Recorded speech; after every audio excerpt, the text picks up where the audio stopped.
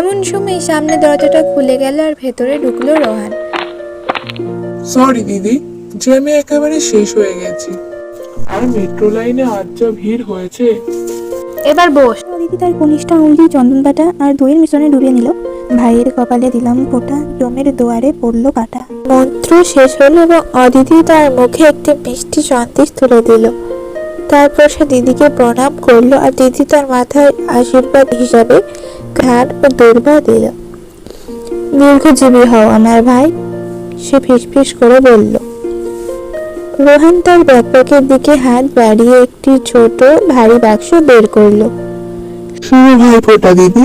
অদিতি বাক্সটি খুলল। ভেতরে ছিল একটি নতুন চকচকে এক্সটার্নাল হার্ড ড্রাইভ, ঠিক যেমনটি তার ডিজিটাল আর্ট প্রজেক্টের জন্য প্রয়োজন ছিল। তোর মনে ছিল? বলল সে। চোখ ছলছল করে উঠল তার।